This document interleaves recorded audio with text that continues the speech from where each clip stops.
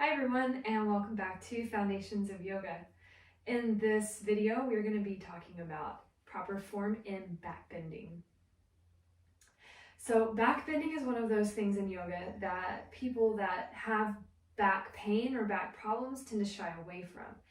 And the reality is, if done properly and safely, backbending can have great benefits for back pain because it can help strengthen the very muscles that tend to be weak and contribute to causing lower back pain.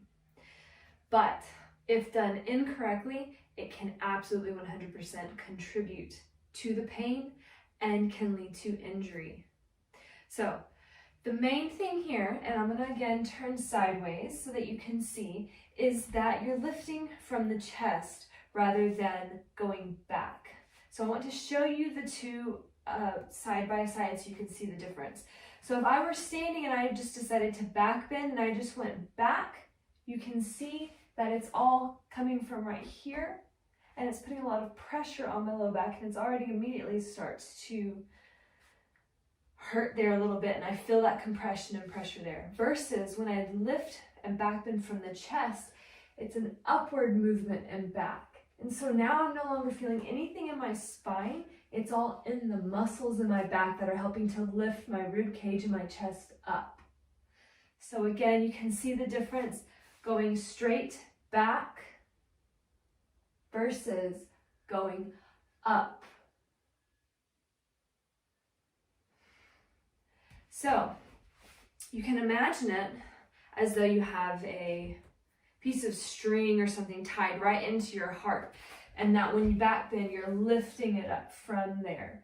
So how this connects to the bond is, this is one of those times when the bond is really come in handy to help you lift. So the pelvic floor and the belly button are lifting. The belly button's going in and up.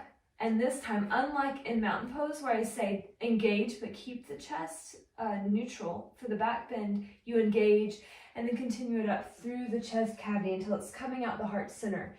And you're imagining a straight line from the pelvic floor all the way up through the heart and then lifting straight up.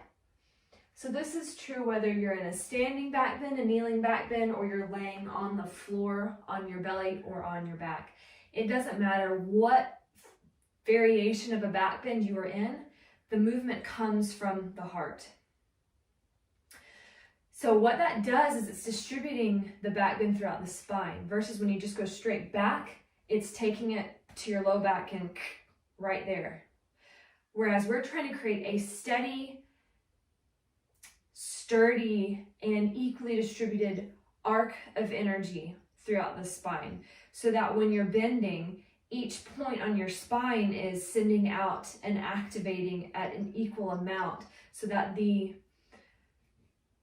pressure is equally distributed. The muscles are engaged to help spread and open the spine into the arc.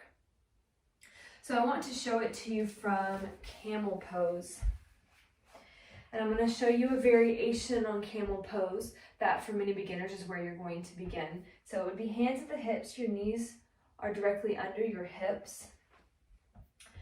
And then with the breath, you inhale, just like for your forward fold, you're inhaling and engaging and lifting, except this time you're lifting the chest as well. So you inhale, lift, Mula and Uddiyana Bandhas engage.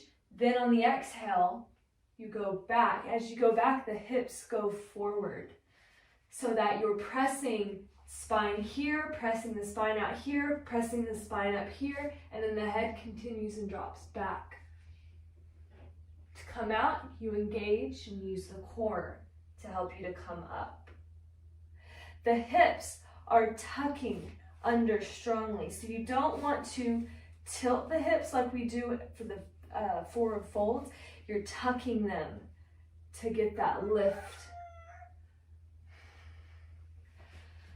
So the main, most important thing when backbending, backbend from the chest. If you get pain in the low back, that is a sign that you need to back out, and then that you need to lengthen the spine more. And it may just be a sign that you're not ready to go that deeply into the backbend, and that's fine. You have to respect your body and learn what your limits are at that moment. And also recognize that those limits will change, but if you push them too hard, too fast, you're going to run the risk of injuring yourself and slowing down progress. So there's this idea within yoga and within Ayurveda that you always do 50%. And when you do 50%, that slowly, your range slowly is increasing slowly and steadily until in a few months' time, your 50% is going to be so far past what it originally had been. Versus if you're always constantly doing 80%, you're using up lots and lots of energy. You're making slower progress and you're running a much greater risk of injuring yourself. So think about doing 50% throughout any pose, any practice that you're doing, but especially with your back bends. Don't push yourself too far. Allow the body to go where it wants to go into the back bend. Keep those bandhas engaged. This is one of those that it's so important that you use Mula Bandha and Uddiyana Bandha. That is what is going to support the back muscles to help to get the lift and to keep the low back safe and spread. And again, lift through the chest.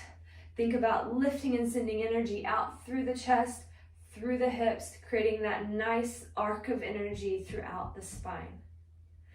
So thank you guys for joining me, and I will see you for our next video, which is going to be over twisting. See you guys then.